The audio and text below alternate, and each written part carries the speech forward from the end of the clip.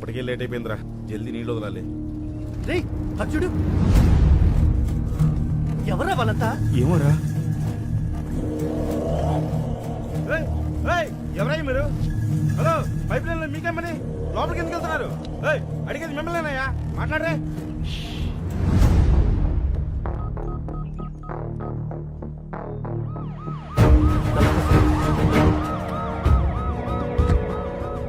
నువ్వేనా లైన్ మ్యాన్వి? అవును సార్, ఉదయం 5 గంటలకే నీళ్ళు వదలాలి. ఇప్పటికే చాలా లేట్ అయింది సార్. పైకి వెళ్ళి చూడవా సార్.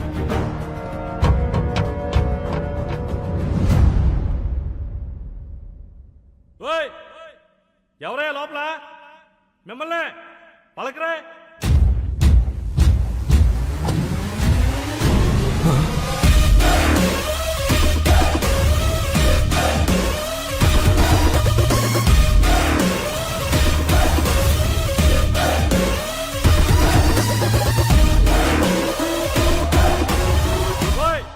ఏం చేస్తారా మీరు లోపల? బయట రండి. వస్తారా రమ్మంటారా? ఇదిగో పోసుకోవడానికి పెట్రోలు, తీసుకోవడానికి అగ్గిపెట్ట. మొత్తం మేము 25 మంది ఉన్నాం. నువ్వు కూడా వస్తే 26. కలిసిపోదాం. ఏమైందయ్యా? సార్, లోపల 25 మంది ఉన్నారు. అందరూ ముసలోళ్ళే సార్. పెట్రోల్ క్యాన్ చూపించి సూసైడ్ చేసుకుంటామని బెదిరిస్తున్నారు sir. Sir sir sir, city మొత్తం వాటర్ బ్లాక్ చేశారంట సార్. ఇక్కడే కాదు, హిమాయత్ సాగర్, నిజాం సాగర్, సింగూరు, ఏ పైప్ లైన్ చూసినా ఇలాగే ఉన్నారంట సార్. ఈ రోజు సిటీలో నీళ్లు రాక ప్రజలు ఇబ్బంది పడుతున్నారు. కారణం ఏంటన్నది ఇంకా తెలియలేదు. Good morning sir. ఎవరైనా బయటకు వచ్చారా? రాలేదు సార్. 50 కిలోమీటర్ల పైప్ లైన్ సార్. పగలగొట్టి ట్రై చేద్దామంటే మళ్ళీ దాన్ని రీప్లేస్ చేసిన వరకు సిటీలో వాటర్ ఉండదు సార్. చాలా రోజులు పడుతుంది. ఎవరై ఇదంతా చేస్తుంది? నీరూరు శంకర్ సార్. ఈ మందంతా ఆ ఊరిలో ఏమిటారు? రైతులకేం పోయే కాలం వచ్చిందయ్యా. ఇంత క్రిమినల్ గా ఆలోచిస్తున్నారు. రెస్పాన్స్ అదిరిపోయిందనా? ఆహా, న్యూస్ ఛానల్స్ అని ఇక్కడే ఉన్నాయి.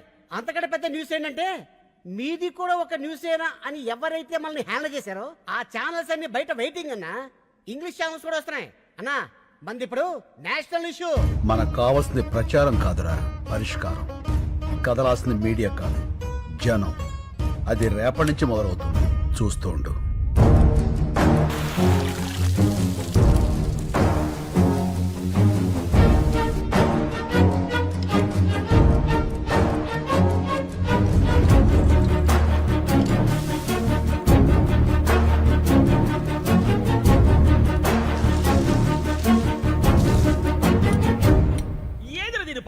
నీళ్ళు అయిపోయినాయా?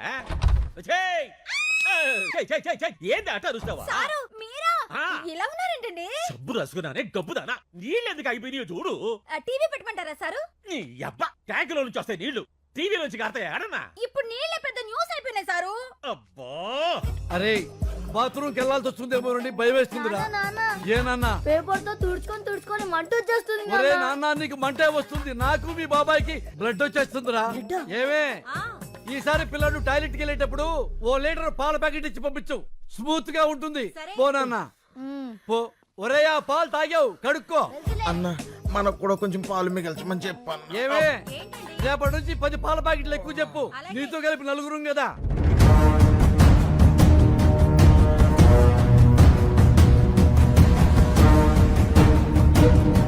రెండవ రోజుకు చేరిన నీళ్ల కష్టాలు. హైదరాబాద్ లో ప్లాస్టిక్ బిందెలకి ఫుల్ డిమాండ్. మూలన పడేసిన పాత బిందెలను బయటకు తీసి అపార్ట్మెంట్లపై విరుచుకు పడుతున్నారు నగరవాసులు.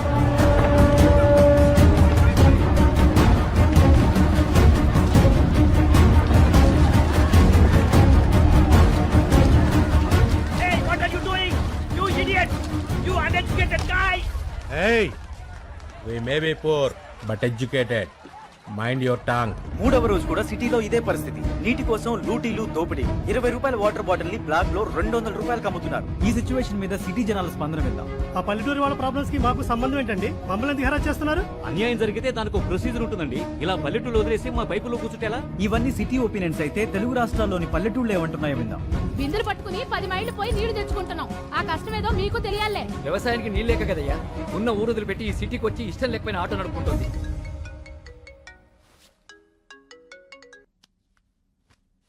హలో లక్ష్మి. నిజంగా చాలా మంచి ఐడియా వేశాం. మొత్తం మీడియా అంతా మన మీదే ఫోకస్ పెట్టింది. నువ్వు ఇంకా మాట్లాడకుండానే ఇంతలా ఉందంటే అసలు నువ్వు రేపు మాట్లాడితే ఇంకెలా ఉంటుందో. Thank you. మీరంతా నన్ను నమ్మి నాతో ఉన్నందుకు మీ అందరికీ థ్యాంక్స్. నీ వెనకాలే ఉంటా. Thank you Lakshmi, thank you.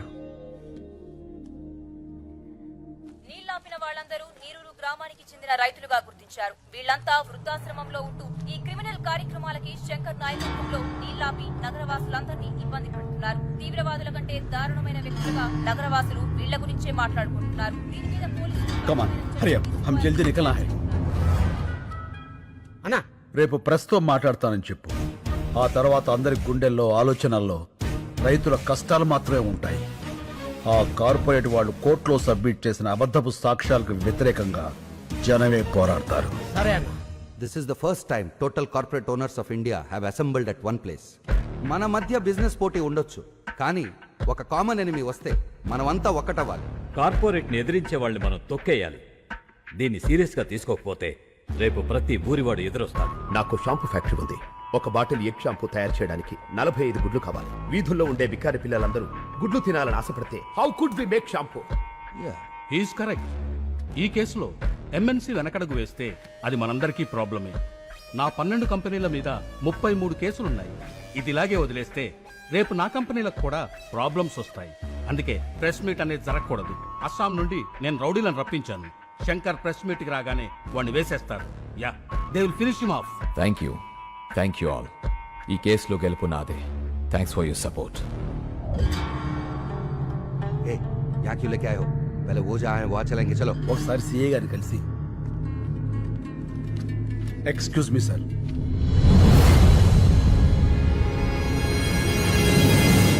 Sir, మీతో కొంచెం మాట్లాడాలి. కూర్చో. Thank you sir.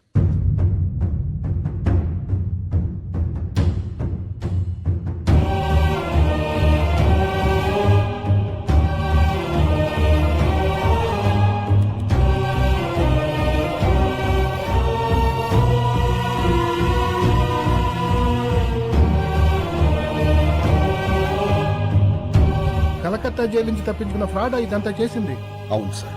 పద, మా ఎస్పీ గారిని కలుద్దాం. వాట్? నువ్వు కరెక్ట్ గా చూసావా? అవును సార్, బాగా చూశాను. అతను శంకరే. ఇప్పుడే మా ఇన్స్పెక్టర్ గారు కారులో ఎక్కించుకుని ఎస్పీ గారు ఆఫీస్కి తీసుకెళ్లారు. పైప్ లైన్ లో ఉన్నవాడు ఎప్పుడు బయటకు వచ్చాడు? వాడెందుకు ఈ టైంలో ఇన్స్పెక్టర్తో వెళ్తున్నాడు? ఏదో పెద్ద ప్లానే వేశాడు.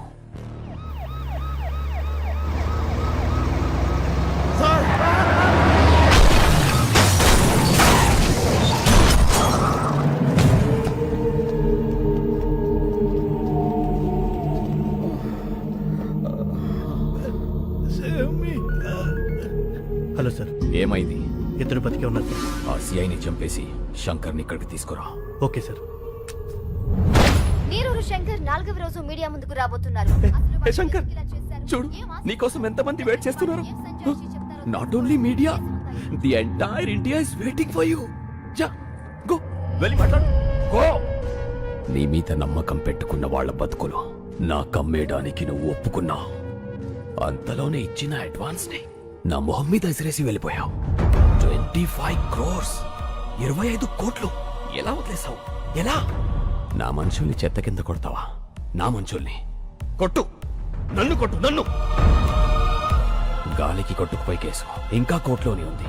నీ వల్ల కమిషనర్ కృష్ణమూర్తిని భయపెట్టావు కదా, ఇప్పుడు నన్ను భయపెట్టు. పెట్టు.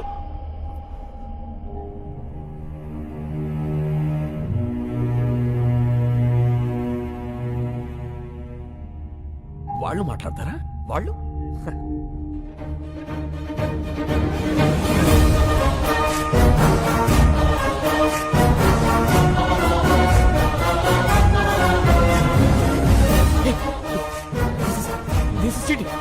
This is cheating, right? Is this right? అవును సార్, లైవ్. నమస్కారం. వచ్చినందుకు మీ అందరికీ థ్యాంక్స్. అడగండి. ఏంటండి అడిగేది? అసలు ఏంటి న్యూసెన్స్? మీ వాళ్ళ సిటీ అని సఫర్ అవుతుందో తెలుసా? Bloody village brutes. ఏమన్నారు? విలేజ్? ఓసారి ఇటు వస్తారా? ఏంటి? మీరు పుట్టింది ఎక్కడ? ఇక్కడే, కోటి. మీ నాన్నగారు? ఖమ్మం. వాళ్ళ నాన్నగారు? గుంటూరు పక్కన కొల్లూరు. అంటే విలేజ్. మీ మాటలో చెప్పాలంటే మీ తాతగారు ఒక విలేజ్ బ్రూట్ అంతేగా. మీ పట్నాలు మా పల్లెటూళ్ళకు పుట్టిన పిల్లలు. అమ్మ చచ్చిపోతున్నా పట్టించుకొని పిల్లల్ని ఏమనాలి, ఏం చెయ్యాలి? మేము విలేజ్ బ్రూట్స్ కాదు, విలేజర్సే మీ రూట్స్. బూతులాపి భూమి మీద నిలబట్టం నేర్చుకో. వెళ్ళు. కరెక్ట్ గా చెప్పావన్నా. రైతు ఈ నేల మీద నాగలి పట్టాకే నాగరికత మొదలైంది. అంత ప్రాచీన చరిత్ర రైతుది. మీలో ఎవరికైనా ఒక బియ్యపు కింద తయారవటానికి ఎన్ని రోజులు పడుతుందో తెలుసా? తెలీదు. 120 రోజులు.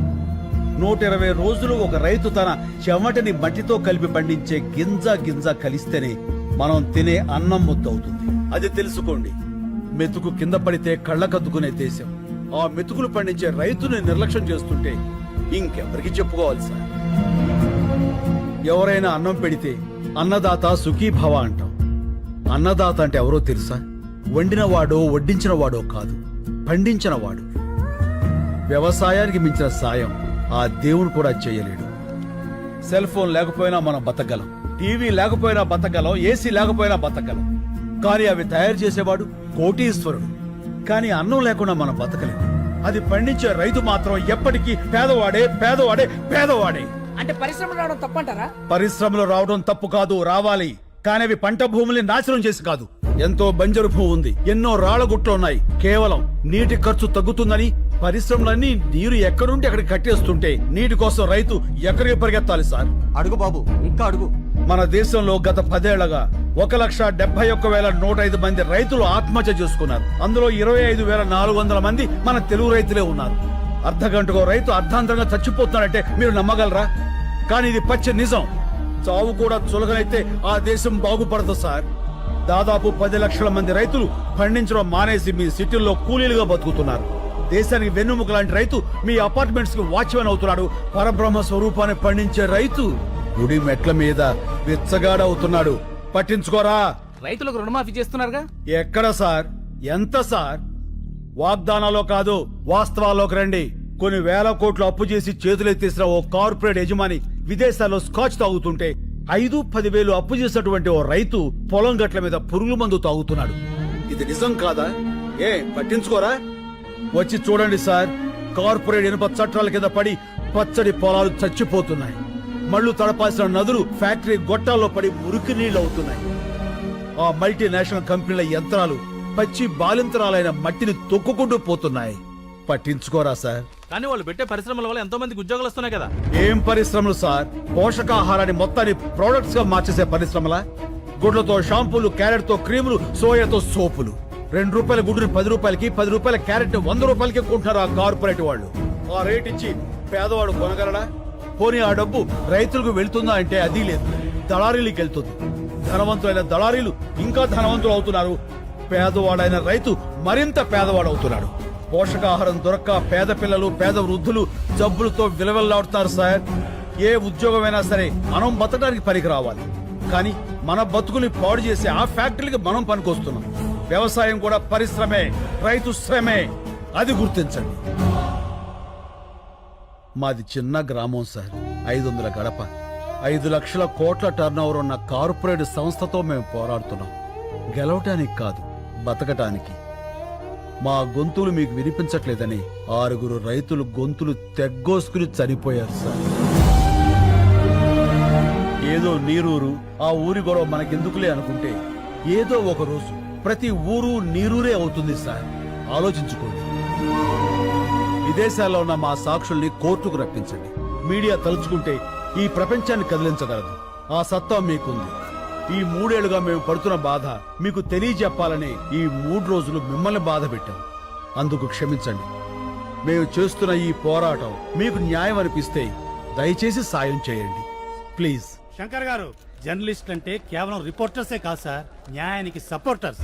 ఇప్పటిదాకా మేము టీఆర్పీల కోసం పనిచేశాం. మా పని మేము కరెక్ట్ గా చేస్తే ఎలా ఉంటుందో ఇప్పుడు చూపిస్తాం. సాక్షులు వస్తారు, రైతు గెలుస్తాడు.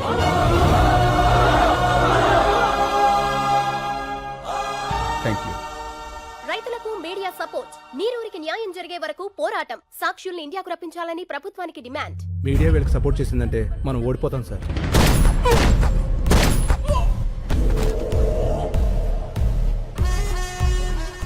ఓడిపోతామని నీకు అనిపించినా కూడా నాకు చెప్పకూడదు.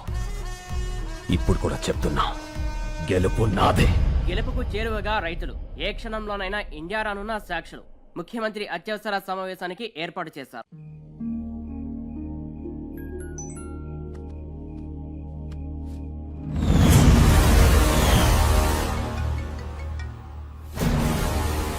హలో. ఏయ్ కత్తిసీను, ఫోటో ఎలా ఉంది? అతను మాత్రం ఏం చేయకు. సరే, ఏం చేయను. నేను చెప్పింది నువ్వు చెయ్యి. చేస్తాను. హలో ఒక్క నిమిషం ఉండమ్మా. ఎవరు? మీ మదరాలు మాడదంట. హలో బేబీమ్మా, టీవీ చూసావా? అవునమ్మా, మీ తాతయ్య తీవ్రవాది. హలో హలో, ఎవరు? మా మనవరాలు కట్ అయింది. మనల్ని టీవీలో తీవ్రవాదులని చూపించారట. హలో రే మళ్ళీ 150 సీన్ అన్న ఫార్మర్ ఎప్పుడేడ్రా? టీవీలో స్పీచ్ మైండ్ బ్లోయింగ్ అబ్బా. శంకర్ అంటున్నాడేంట్రా? పేరు మార్చుకున్నాడా? ఎన్ని కోట్లు స్కామ్ ఏంటి రే మల్లిగా? మొత్తానికి నువ్వు సీన్ అన్న కలిపి బాగానే నాగలేస్తున్నారా? రే కొంచెం మా అమ్మ కూడా పిలుస్తుండ్రా బాబు. హలో హలో మళ్ళీ సీననా సీననా సీనెవరు? శంకర్ శంకర్ అన్నా. ఫోన్ ఇదిగో. సీన్ ఇంకా రాలేదే? వచ్చేసారు బాబాయ్, మీరు భోజనం చేసి పడుకోండి. ఏమడిగా?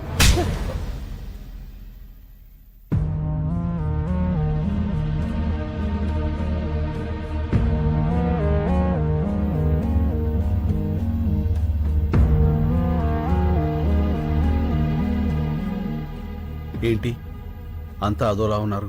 చాలా ఆలస్యమైంది కదా, ఎదురు చూస్తున్నాం. ఏంటవి? ఇవి మన కేసు తాలూకా పేపర్లు. మీ 10 మంది ఇందులో వేలుముద్రలు పెడితే ఏం రాసింది అందులో? కేసు వెనక్కి తీసుకుని మన చేలనే అగర్వాల్కి అమ్మేస్తున్నట్లుగా. అంటే నా మీద నమ్మకం ఉందిగా. యాబా, నమ్మకం అంటే ఏంటో తెలుసా నీకు? మన చేల, మా చేల. చెప్పరా, ఎంత కమ్ముడిపోయావు? మమ్మల్ని ఎంత కమ్మేశావు? శంకర్ ఏం చేశావు? అసలు ఉన్నాడా? మాట్లాడమయ్యా. ఉన్నాడని చెప్పయ్యా, నీ కాళ్ళు పట్టుకుంటా. బాబాయ్ ఏంటి? ఎవరా నీకు బాబాయ్? వరుసలు పెట్టి పిలవాల్సిన మనుషులరా మీరు కాదు. అసలు అమ్మ బాబు ఉన్నారా మీకు? ఇంకొక మాట మాట్లాడితే పెద్దోళ్ళని కూడా చూడను, నాలుగు చీరేస్తాను. మళ్ళీ నువ్వు ఉండనా? ఏమయ్యా, ఒక మాట్లాడుతాను, నిజం చెప్పండి. మిమ్మల్ని అమ్మేయాలనుకుంటే ఈ కేసు ఇక్కడ దాకా వచ్చేదా? ఈ రోజు దేశం అంతా మీ వైపు ఉంది. ఎవరి వల్ల? ఈయన వల్ల కదా. 10 కోట్లు ఇస్తా అన్నారు. అడ్వాన్స్ గా 15 కోట్లు ఇస్తే వాళ్ళ మొహాన్ని కొట్టొచ్చాడు. ఏ ఆ రోజు వేలు ముద్రలు పెట్టమంటే పెట్టేవాడు కాదా? పెట్టేవాళ్ళ కాదా? మా అన్న కూడా మీలాగే రైతు బిడ్డ. మా నాన్నగారు వ్యవసాయం చేయలేక చనిపోతే పొత్తిళ్లలో బిడ్డను పెట్టుకుని వాళ్ళ అమ్మగారు సిటీకి వచ్చారు. ఓ కన్స్ట్రక్షన్ లో కూలి పని చేస్తూ ప్రాణాలతో పాటు బిడ్డను కూడా వదిలేసింది. ఈయన చేసిన మొదటి దొంగతనం ఏంటో తెలుసా? అన్నం. అన్నం కోసం దొంగ అయ్యాడు. ఇప్పుడు అన్నం అందరం పెట్టడం కోసం మనిషి అయ్యాడు. ఏం తెలుసా మీ శంకర్కి? ఏడవటం, ఎదిరించడం అంతేగా. మిమ్మల్ని గెలిపిస్తుంది మా అన్న. అందరినీ నమ్మేస్తామని మీరనుకుంటున్నారు, మిమ్మల్ని మీరే నమ్మడం మానేశారు. అందుకే మీ బతుకులు ఇలా ఏడుస్తున్నాయి, కుక్క బతుకుల్లాగా. తప్పు తప్పు. నేను అబద్ధంలో పెరిగానేమో కానీ నేను అబద్ధాన్ని కాదండి. డబ్బులు వెతుక్కుంటూ వస్తే ఇక్కడ నాకు మనుషులు దొరికారు. నేను నేరుగా మారటానికి కారణం మీరు. అభిమానాన్ని అమ్ముకునేంత అవినీతి నాకు రాదండి, నమ్మండి. ఇప్పుడు శంకర్ ప్రమాదంలో ఉన్నాడు. నేను అతన్ని తీసుకురావాలంటే నాకు మీ వేలుముద్దలు కావాలి. ఇవి లేకుండా నేను అక్కడికి వెళ్ళలేను.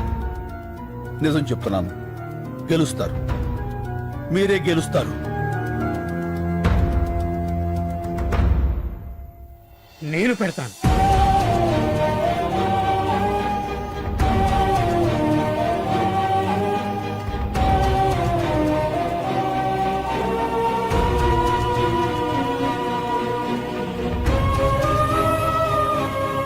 మేము కూడా పెడతాం.